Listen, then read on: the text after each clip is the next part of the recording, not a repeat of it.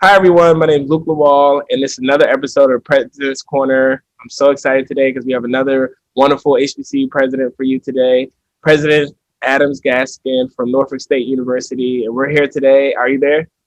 I'm here. Thank you so much for having me. How are you feeling today?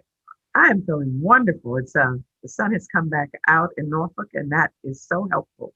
It's a wonderful day. Yeah, I'm here in our Washington, D.C. office, and it's cold.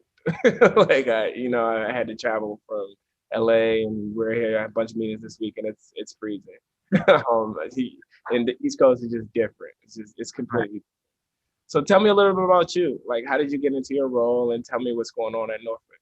I'm really pleased to be here. It's an honor to be the president of Norfolk State University, and I've been here about 18 months now. And it's just a wonderful place full of rich history, diversity, a really good sense of folks knowing who they are and sort of why we exist as the largest HBCU in Virginia. And so I came here most recently from the Ohio State University, where I was senior vice president for student life, and I had been there 10 years. And before that, I was at University of Maryland, College Park, for over 20 years. And so I've had lots of experience and lots of family who have been in the HBCU world, including my sister, who is a faculty member at Howard University, my mother, my aunts, and my son, who was at Morehouse, and my aunt, who is a graduate of Norfolk State University. And since I've been here, I've found many family members who are graduates of Norfolk State University. So I'm so very proud of them. Oh, that's amazing. And so when you came into your role in Norfolk, tell me about the experience when you first stepped on the campus. Tell me about campus life at Norfolk State. They do things right around here. So my very first experience when I was being announced was a ceremony that included all the faculty and staff and many students and our board of visitors, who are the people who, of course, hired me, were sitting behind me on the stage.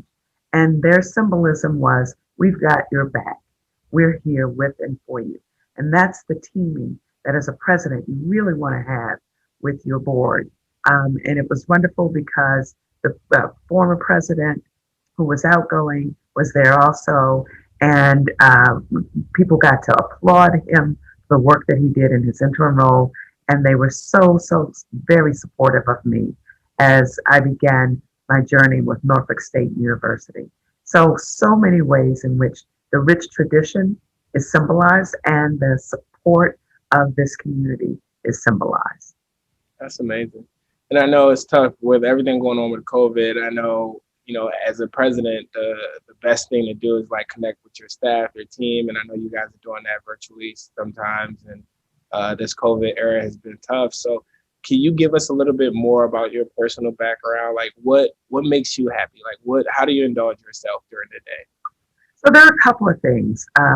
So first and foremost is every day I start my day with prayer and meditation, and that really centers me.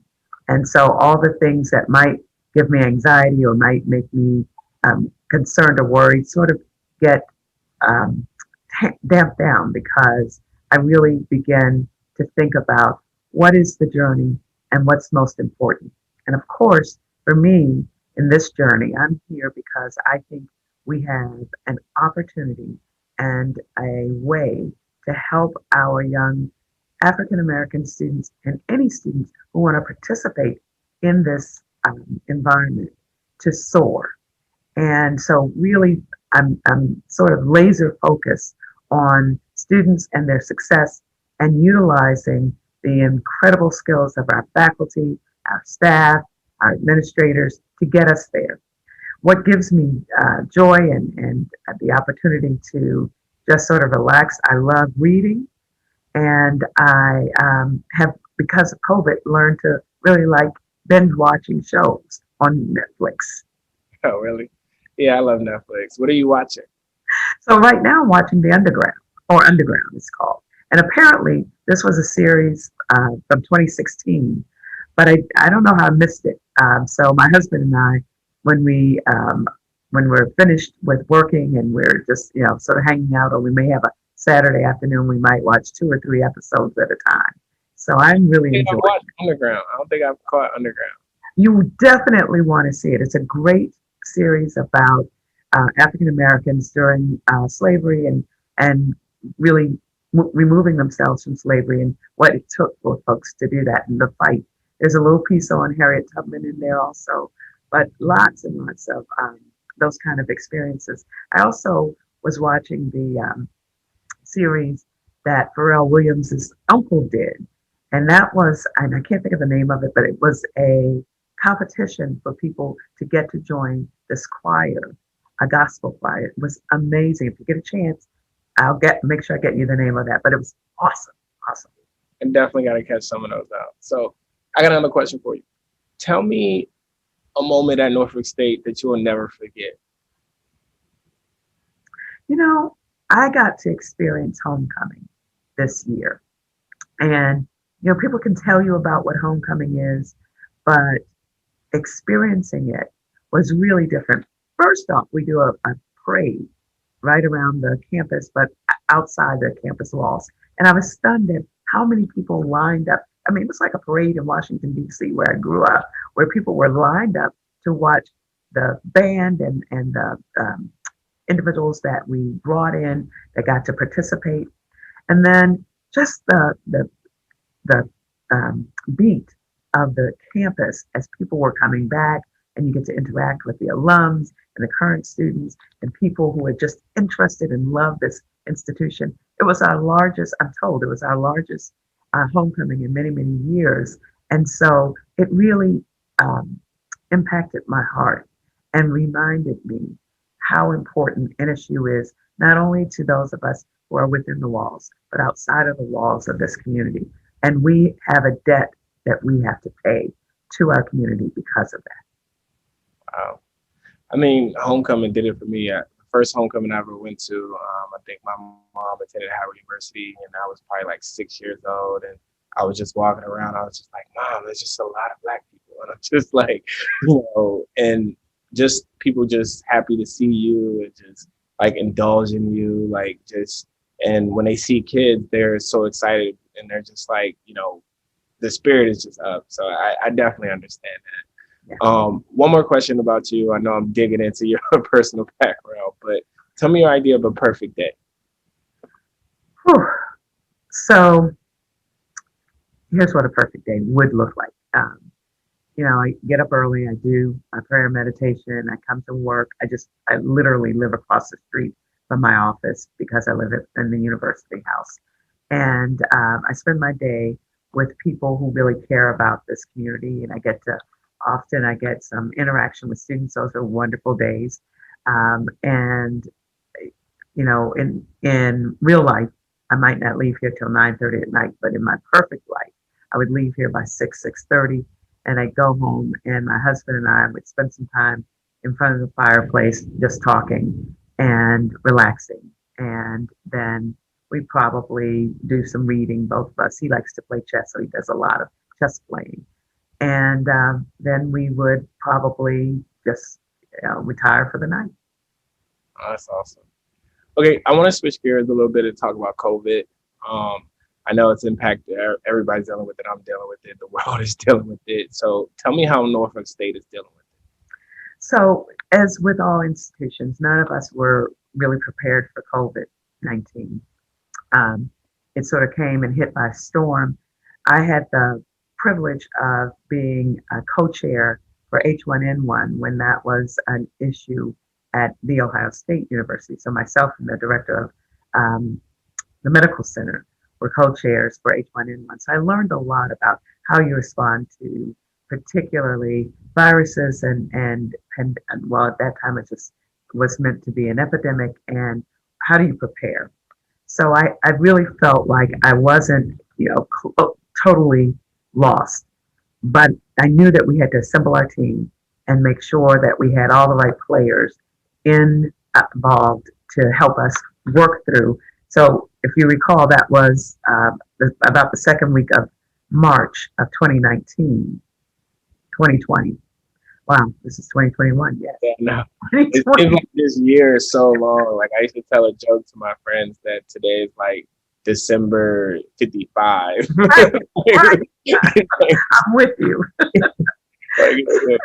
So, I have a wonderful chief of police, Chief Moore, and a wonderful head of our health service, Dr. Blow, who were really on top of paying attention to this and prepping us. So before we needed to tell students that they couldn't come back, they had been watching this since before February, really paying attention. And then we created a task force, a group across the campus to help us think about all of the processes and issues that we would need. And of course, we had to send students home. And we had to convert, really pivot on a dime from in person to online classes. And that was for the spring of 2020. By the fall of 2020, we had helped our faculty retool so they knew more about what to do in terms of making sure they were ready to teach online and making some choices about how we were going to deliver the support in the classes to our students. So we have 4 modalities.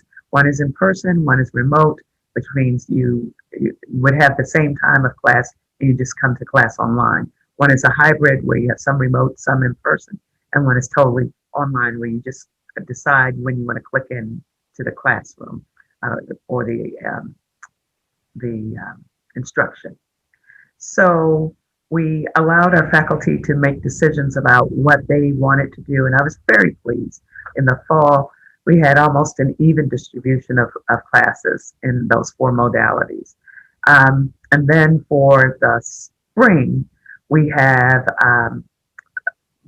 about half and half with hybrid and in person, less in person than we had previously. And then we have the remote and the online. So those kind of things were important. But what also was really important, and this was a stretch for many schools, was the testing. Because we had students come back to campus in the fall, they're back here in the spring, and that was going to be predicated on us being able to do a good, solid testing program. And we partnered with Thermo Fisher Scientific, who provided free testing materials for a set of HBCUs. And they also provided the stand-up of labs at schools that had the CLIA certification for labs. And ours was Howard University and currently is Hampton University. But we really were in the first wave of those helping Howard to really figure out how do you do this with having other institutions and need the testing and the turnaround time, which is so quick with the PCRs. But we did it, and we were highly successful. And I really give a lot of credence to our students who did essentially what we asked them to do. They wore their masks, they washed their hands, and they were socially distanced. And just a sort of a funny aside, especially in the spring, my husband and I would walk the campus in the evenings because, the sun goes down pretty late, and 6:30, 7 o'clock, we'd walk the campus, maybe 8, and we'd see students, and I'd always say, now mask up, make sure it's over your nose and under your chin.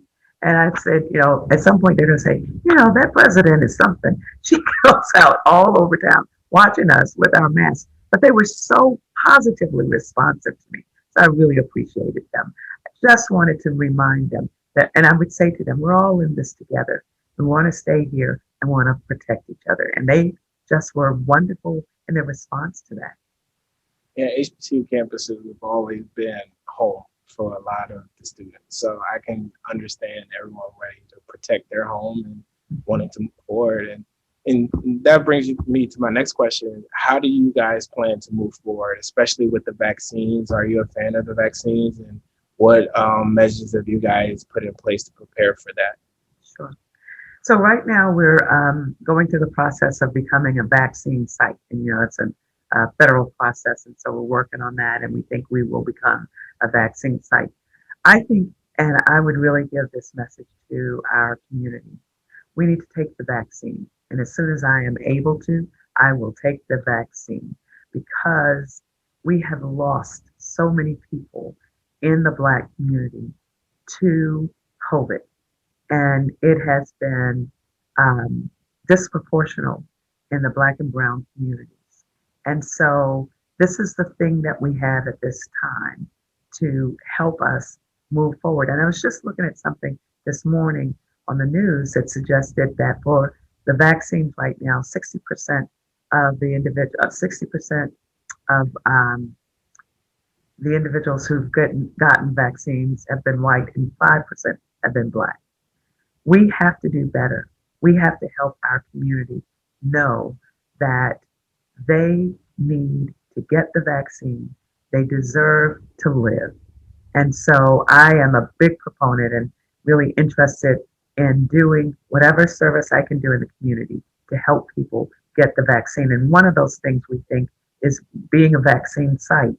We will be a vaccine site both for our internal community, but also the community that's around us, and the community that will find it difficult to get to other vaccine sites. We can help them get to vaccine sites. We're also looking at maybe a mobile unit in conjunction with some of our partners in the city to do that outreach. That's amazing. I think for me, I'm definitely going to take it as soon as I can. I feel like it's my duty, my team's duty. I want to be safe amongst the rest of my team. So I'm happy that you're encouraging that, and I'm happy that you guys are creating a space for that on campus and off campus. I think I want to switch gears a little bit, and I know you guys have been working on your endowment, and as of recent, you guys have received a large sum of money, a large donation, and it's from an individual. Actually, I don't want to bring her up. I'm gonna let you talk about it. So tell me about it. So we have been honored to have been awarded a $40 million donation from Mackenzie Scott, who really has done a great job of looking across the nation at institutions where the leadership is such that they can trust that the money will go to important endeavors to change the trajectory of a university or an organization. She started with 6,400 organizations that they looked at, and they came down to just about over, I think, 352 that they actually gave money to. And really what she was looking for is leadership and a sense of direction. And I had some conversations with her folks, and I was just really pleased and stunned that we received that level of support. And I think among HBCUs, there are about 23 out of the 102 that received support over the time period that she's been awarding that money. What I will tell you is a gift like this is transformational because what you're thinking about is not just today, but you're thinking about what about the future of the institution. We're 85 years of NSU being an institution of higher education, HBCU for individuals. What this does is lets us make this the HBCU of the future. It gives us that beginning support that we need, and we're going to grow that support because that's important, but we're also going to do some things that help our students because we know we have high need and we're trying to really work through that.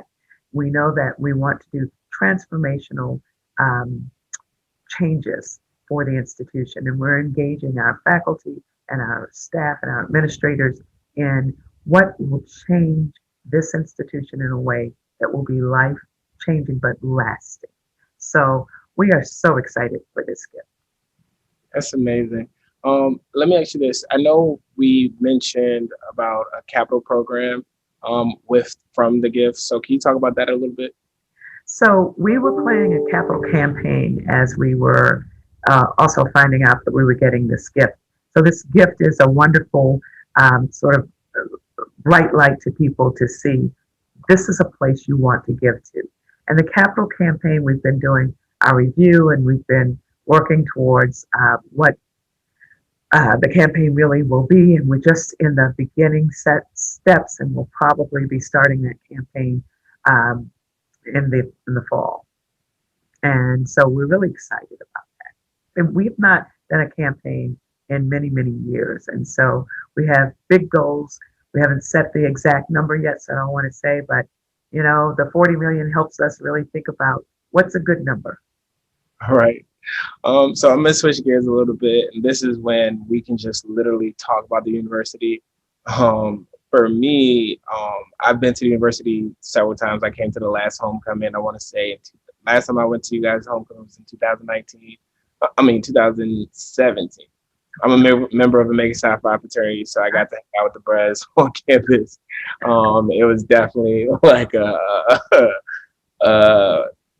uplifting experience. It was definitely fun. So I just want to know more about what new initiatives you guys have on campus, and what do you want our fans to know that they might not necessarily know about Norfolk State? So Norfolk State, as I said, is the largest HBCU in Virginia. And we're really focused on a few things. Student success is our main goal. We want our students to come here to be successful, to come here, study something that they're really interested in, because the thing that they're interested in is what they're going to do best at. Right. And then we want them to leave here either to go to graduate or professional school or to go to the world of work, prepared for what we call first day ready. Wherever they're going, they need to know that they are well prepared and that they are ready to hit the ground running. So that's really important. And we've got wonderful faculty and wonderful staff and administrators who are really committed to the students and committed to their success. We're really working on our institutional alignment to make sure that all of the things that we are planning, the things that we have in our strategic plan, our pillars, all of those things are synced in a good way. And then our professional development of our faculty and staff, our fundraising and endowment growth, and our engagement with external partnerships. We're not just the university behind the Ivy Tower. We are really the university of the community, both here in Norfolk, in Hampton Roads, and across the Commonwealth of Virginia. We care. What happens in the state and the nation matter, and we are good stewards of success. It's amazing. I'm just listening to you. Sorry, I'm slow to respond. I'm just like, wow. My next question is a little bit about diversity, because I know you've been a part of faculty at several different colleges. So when HBCU students or Black African-American high school students are getting ready to go to college, the first troubles they face is trying to make sure they go to a school with diversity. And I've always mentioned that diversity doesn't necessarily mean race. It could mean, your background, your upbringing, where you come from, and things like that. So can you tell me a little bit about the campus life at Norfolk State and how it's diverse, and how any prospective student that's looking to attend Norfolk State, what should they expect? That's an easy one. Norfolk State is a great education first and foremost. You're going to be with faculty who are leaders in their fields and who care about the student and the student experience. And they will reach out to you and encourage you to spend time with them. And we know from the research that as students are able to spend time with faculty, they are much more likely to be successful. So that's one piece. But then the education doesn't just happen in the classroom. It is also the education outside of the classroom. It really is the experience, the experiential learning that students have from their leadership positions, from being in organizations, from being in fraternities and sororities, from being a part of the system. We have a wonderful theater arts program. So our band, our theater company, our choirs, all of those teach our students not only the trade of the band or the choir or the theater. It teaches them how to think critically, how to make decisions, how to plan, how to manage their time. We are the largest HBCU in Virginia, and as such, we are a place that people want to be. There's excitement, There's the opportunity for students to get engaged in research and internships. We're really, really telling our students and pushing our students so that our goal is every student will have an internship before they leave here. And companies are coming to us and saying, we'd love to have your students intern with us. We've got wonderful opportunities for students to do that. And what really matters is that there's excellence, we produce excellence, and we support individuals while they develop their excellence. That's amazing. That's awesome. I mean, that's amazing. Hopefully, I get another chance to get a run at school. I'm thinking about my master's, so I can definitely come back and check you guys out. I got a couple more questions about you personally, just because I know I'm getting yelled at over here. They're like, "Can you ask more questions about your personality?" So, here's my question to you: What are you listening to right now? Give me your top 3 songs on your playlist. Oh, okay. Let's see. The Kirk Franklin song. We need how's it go? We need a strong God. I can't think of the name of it. I'm terrible with names of songs. But it's the one that starts Mayday, Mayday. Okay. Yes. Okay. Yes. And then I would say I really, really love some of the Aretha Franklin. So some of them, and there's several of those, but I would say probably one of my favorite of hers is, which one would I say? I'm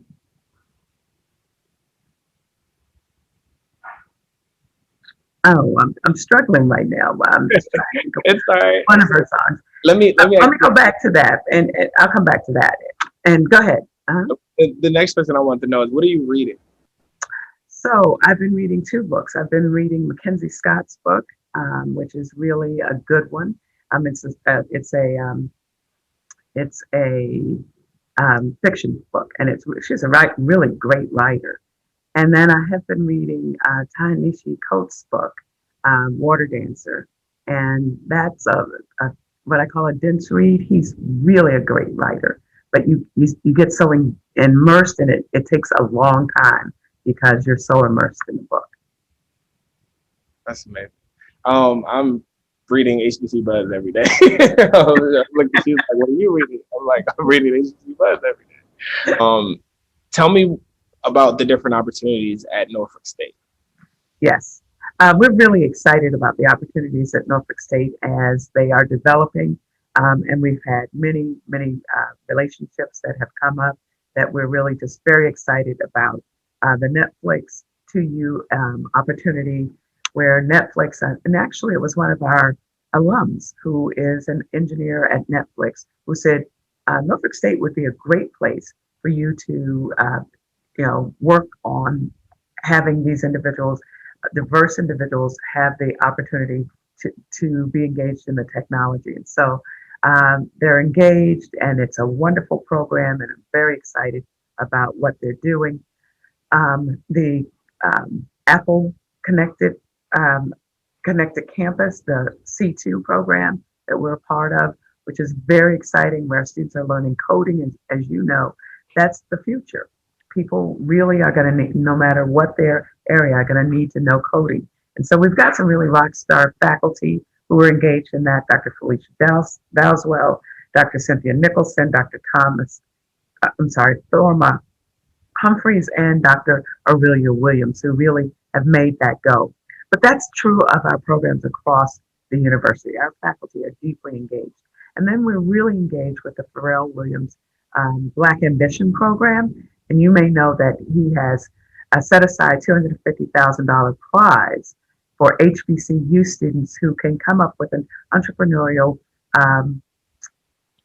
offering with a team. And they have to have someone who is a current student at the HBCU, a former student at the HBCU, and an alum of the HBCU, along with other members of the team.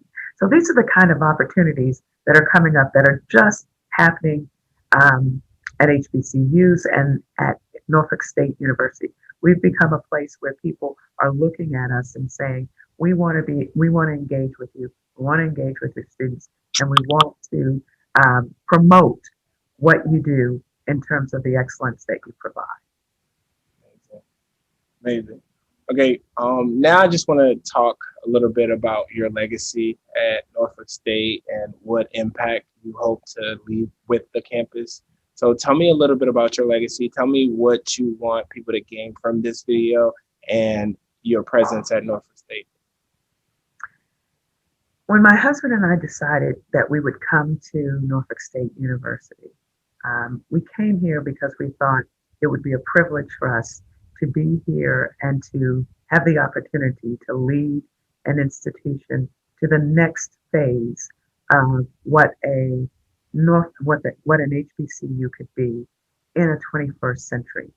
So what I'm really looking for is a long-lasting sense in our community that we contribute greatly to the world of knowledge and to the world of ideas, as well as specific opportunities to interact and to engage with the world and the community. I believe the HBCU of the 21st century can't afford to be separated from the community or from the world, that we are citizens of the world and we're growing and developing people who are ready to go into the world knowing who they are and who they want to be in the world. And that's what we are spending our time on. And so my sense, if you talk about legacy, is really what have I given to the community to help it become all that it can be. And what I think I'm really good at is relationship building and seeing the best in people and helping them to grow that and to develop that. And that can be students, it's faculty, it's staff. COVID's made it a little more difficult because we're not around each other as much. But as we move out of the COVID phase, it really will be the relationship building that helps an institution get stronger and better and looking at transformational opportunities and not being afraid to leap and do those kind of things, to have the vision and the courage to do new things.